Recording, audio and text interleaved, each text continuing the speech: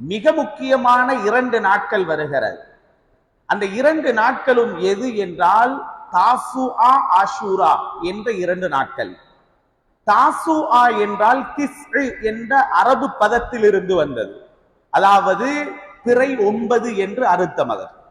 ஆஷூரா என்றால் அஷரத்துன் அஷ்ருன் என்ற சொல்லில் இருந்து வந்தது, அதாவது 10 என்று அர்த்தம். அதாவது பிறை 9 பிறை 10. இந்த பிறை 9 பிறை 10 அந்த 2 நாட்களும் மிக கண்ணியமான நாட்கள். அந்த நாட்களில் நாம் என்ன செய்ய வேண்டும் என்று நீங்கள் கேட்டால், நீங்கள் செய்ய வேண்டியது ஒன்றுதான். அந்த 2 நாட்களிலும் சுன்னத்தான நோன்பு பிடிப்பது நபிகள் நாயகம் ஸல்லல்லாஹு அலைஹி வஸல்லம் அன்னவர்கள் நமக்கு காட்டி தந்த வழிமுறை. அது ஸல்லல்லாஹு அலைஹி வஸல்லம் அன்னவர்கள் மக்கால இருந்து மதீனாவுக்கு ஹிஜ்ரத் செஞ்சு போனார். மக்காவுல யாரு இருந்தாங்க?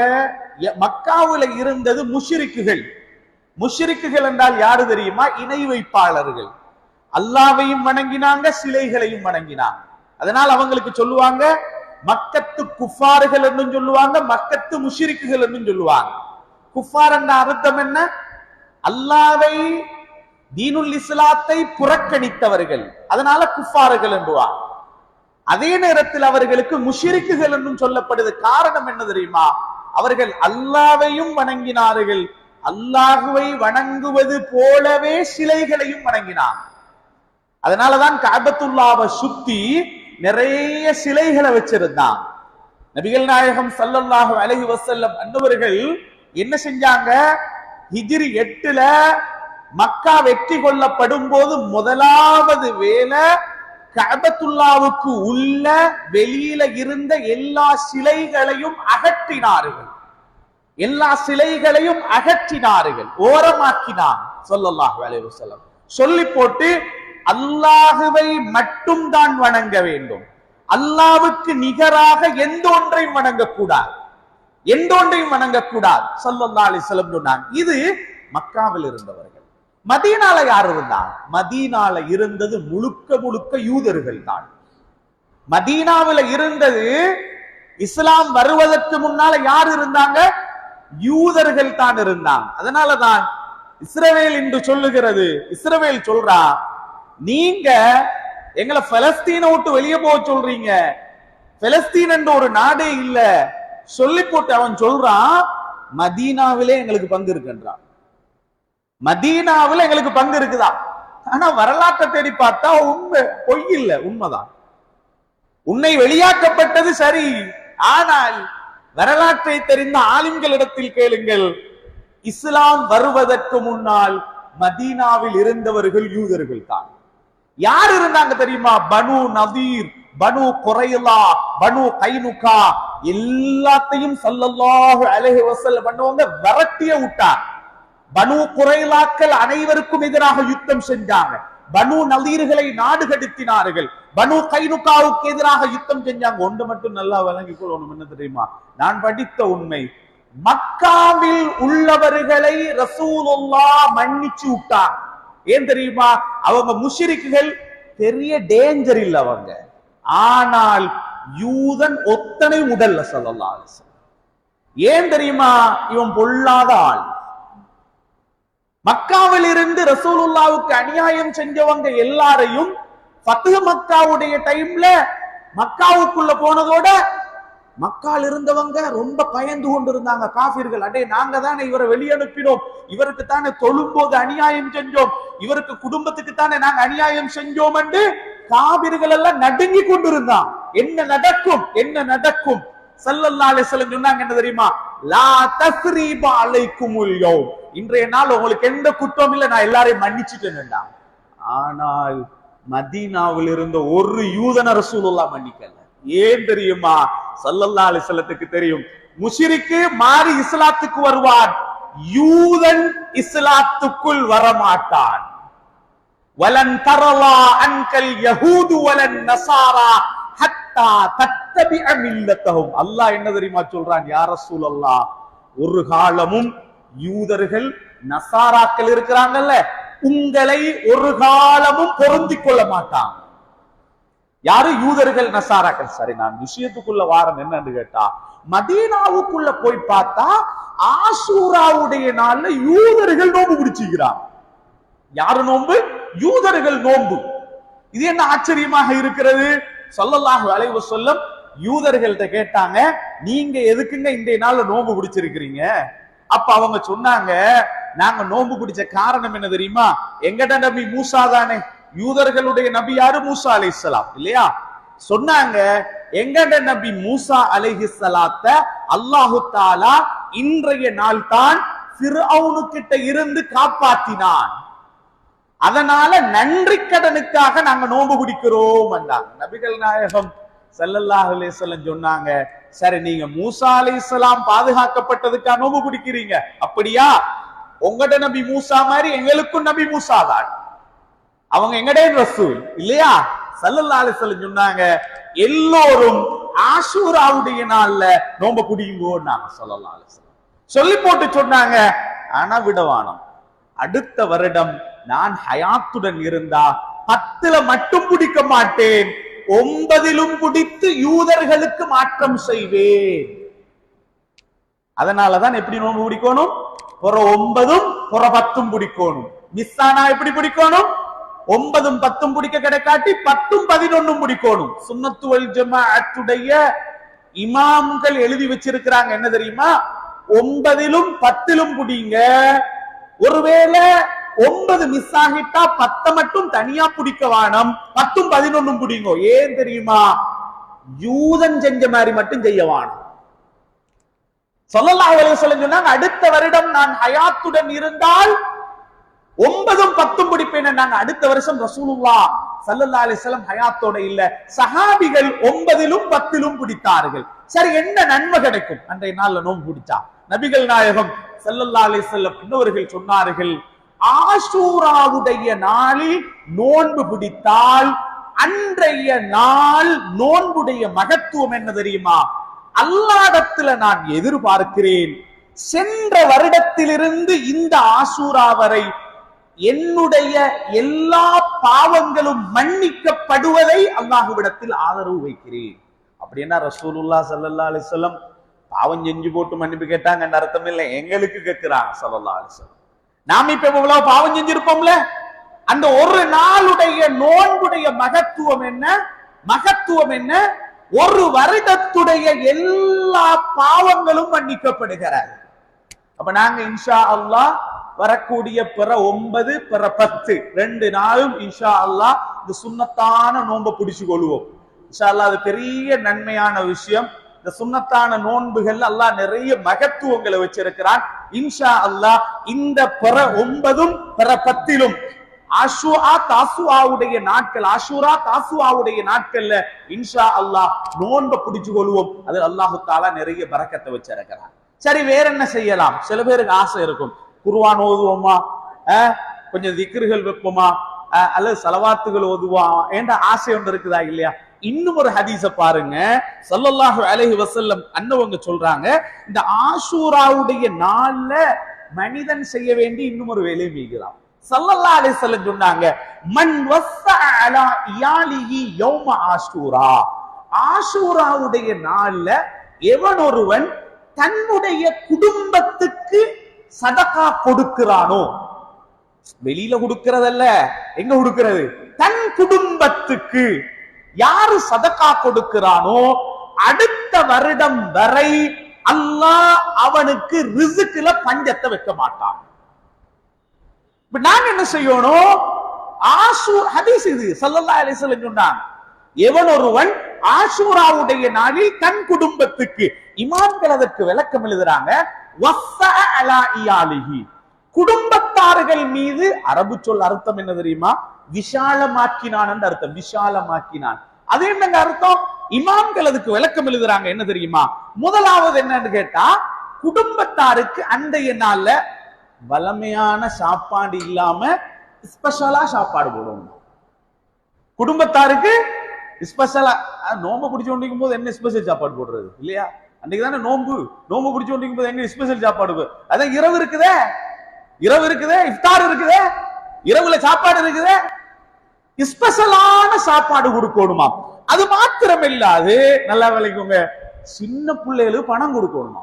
குடும்பத்துல பிள்ளைகளுக்கு பெருநாள் நம்ம கொடுக்கிற நோம்பு பெருநாள் ஹஜ் பெருநாளை மட்டும்தான் பணம் கொடுக்கறது இல்லையா.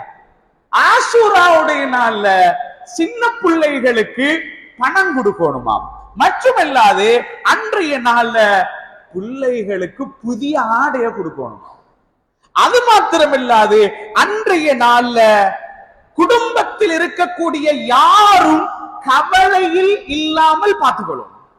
யாரையும் கவலையில இல்லாம அன்றைய நாள்ல நல்ல ஆடைய கொடுத்து நல்ல சாப்பாட்டை கொடுத்து அன்றைய நாளில் எவன் ஒருவன் குடும்பத்தை கவனிக்கிறானோ, குடும்பத்தை கவனிக்கிறானோ, அல்லாஹ் அவனுடைய ஒரு வருடத்துடைய பட்ஜெட்டை அல்லாஹ் செலவெல்லாம் அவன் பார்த்துக் கொள்வான். அப்படின்னா பஞ்சங்கள் கஷ்டங்கள் வராம பார்த்துக் கொள்வான். அன்றைய நாள்ல கவலையோட உடம்புகளை வெட்டி கொண்டு உடம்புகளை கொத்தி கொண்டு தடமாறி திரிகிற ஷியாக்கள் தான் இல்லையா. ஷியாக்கள் என்ன செய்வாங்க அன்றைய நாள்ல? என்ன செய்வாங்க? ஹுசைன் ரலியல்லாஹு அன்ஹு ஷஹீதான நாள் என்று உடம்பையெல்லாம் கொத்தி உடம்பையெல்லாம் வெட்டி எடுத்துக்கொண்டு என்ன செய்வாங்க? பின்னால அவங்களை தூக்கி கொண்டு ஹாஸ்பிட்டலுக்கு கொண்டு போறோம். அந்த வேலையெல்லாம் ஷியாக்கள் செய்வாங்க. சுன்னத்து வல் ஜமாஅத்துடைய நாம் அதெல்லாம் ஒன்று செய்யக்கூடாது. நாம் செய்ய வேண்டியது அன்றைய நாள்ல நாம் நோன்பை நோற்று குடும்பத்தார்களை அன்றைய நாளில் நாம் கவனிக்க வேண்டும். சும்மா முடிகிற கட்டம் கொஞ்சம் நேரம் தான் நீக்குது. இந்த ஆஷூராவுடைய நாள்ல இஸ்லாமிய வரலாற்றுல அல்லாம நபிமார்களுக்கெல்லாம் நிறைய நிகழ்வுகளை வச்சிருக்கிறார்.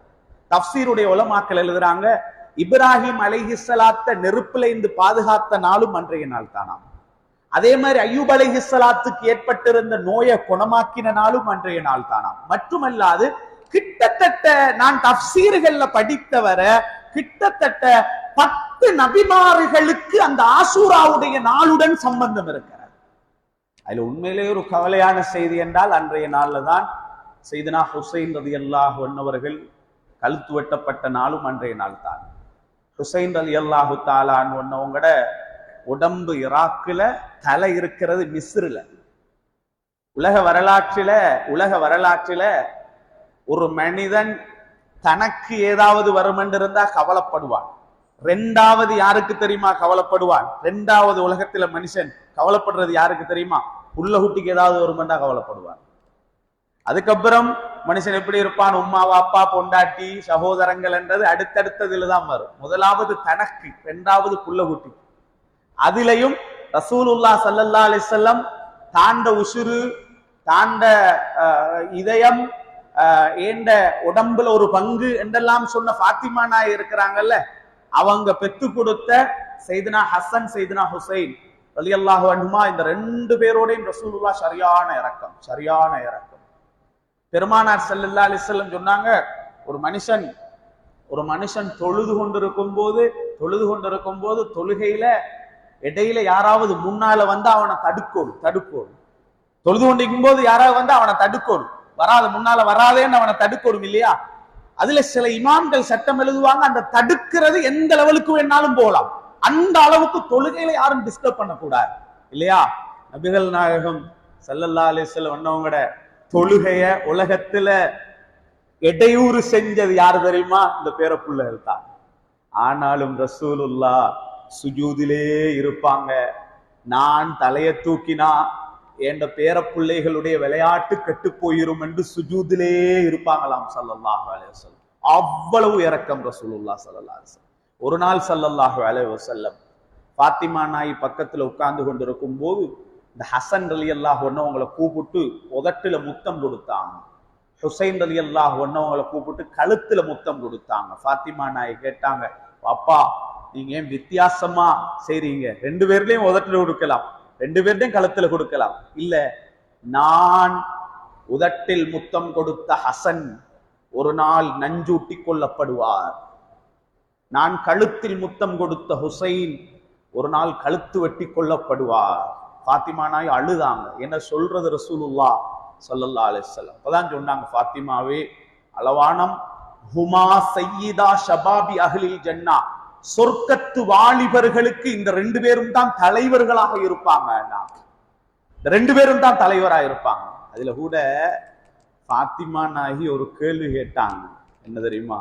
சுபஹானல்லாஹ், யா ரசூலல்லாஹ், என்ற பிள்ளைகளுக்காக வேண்டி துவா கேட்கலாமே. நீங்க என்ன துவா கேட்கலாம்? யா அல்லாஹ் இந்த நிலைமையை மாத்தி அமை என்று துவா கேட்டா அல்லாஹ் அதை மாத்தி அமைப்பானா இல்லையா? ஸல்லல்லாஹு அலைஹி வஸல்லம் சொன்னாங்க, நான் என் பேர பிள்ளைகளுக்கு துவா கேட்டால் நாளை மஹ்ஷரில் என் உம்மத்துக்கு துவா கேட்கும் சந்தர்ப்பத்தை நான் இழப்பேன். நான் அந்த துவாவை மஹ்ஷரில என் உம்மத்துக்காக வேண்டி கேட்க நான் அந்த துவாவை பாதுகாத்து வைத்திருக்கிறேன். அன்றைக்கு ரசூலுல்லாஹ் கேட்டிருக்காங்க, என் பேர பிள்ளைகளை பாதுகாரியா அல்லாஹ் என்று கேட்டிருந்தால் மஹ்ஷர்ல எங்களுக்கு துவா கேட்கலாது. அல்லாஹு தஆலா இடத்துல துஆவை பாதுகாத்து வச்சிருக்கிறான் எங்களுக்காக வேண்டி. நாயகம் ஸல்லல்லாஹு அலைஹி வஸல்லம் சொன்ன மாதிரியே நடந்தது.